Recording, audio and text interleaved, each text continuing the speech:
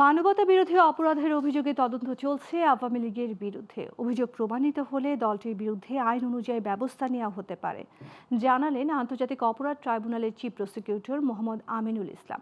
তিনি বলেন, আওয়ামী লীগের বিচার হলে দলটির সভাপতি শেখ হাসিনারও বিচারের আওতায় আসবেন। বিস্তারিত আলাউদ্দিন আল আজাদের প্রতিবেদনে। মানবতা বিরোধী অপরাধের অভিযোগে আওয়ামী লীগের বিরুদ্ধে তদন্ত কার্যক্রম চলছে। রোববার নিজ কার্যালয়ে সাংবাদিকদের সঙ্গে আলাপকালে এমনটাই জানালেন আন্তর্জাতিক অপরাধ ট্রাইব্যুনালের চিফ প্রসিকিউটর মোহাম্মদ আমিনুল ইসলাম।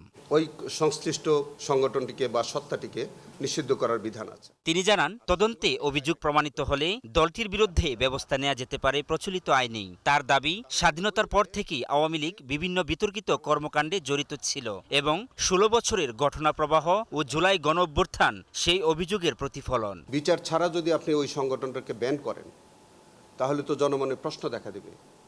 তো সেই কারণে আওয়ামী লীগ সংগঠন হিসেবে কোনো অপরাধ করেছে কিনা এটা অবশ্যই তদন্ত হওয়ার প্রয়োজন, এবং সেটি হচ্ছে।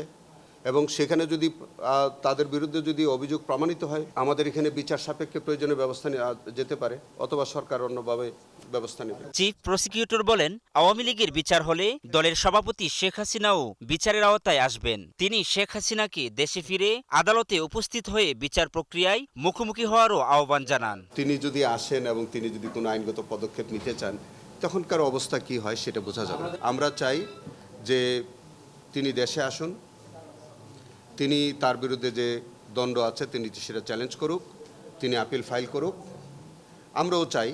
এবং তিনি এই দেশে আসতে তো কোনো আইনগত বাধা নাই। তদন্ত কার্যক্রম চলমান থাকায় অভিযোগের বিষয়ে চূড়ান্ত সিদ্ধান্ত ট্রাইব্যুনালের বিচারিক প্রক্রিয়ার মাধ্যমেই নির্ধারিত হবে।